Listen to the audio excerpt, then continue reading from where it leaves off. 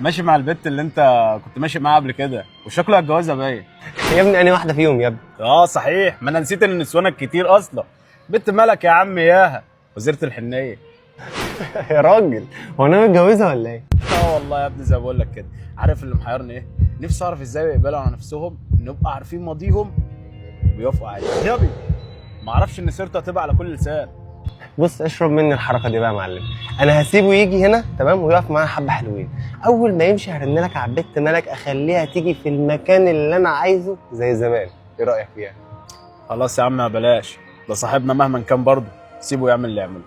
بص يا معلم بره عنك الحوار ده عشان انا اصلا ما بحبش حد يكلم حد من بعدي. بس اقطع مع الكلام عشان هو جاوب. ايه يا بطل، فين يا عم الحاجه يا عم؟ المحل لقيته قافل.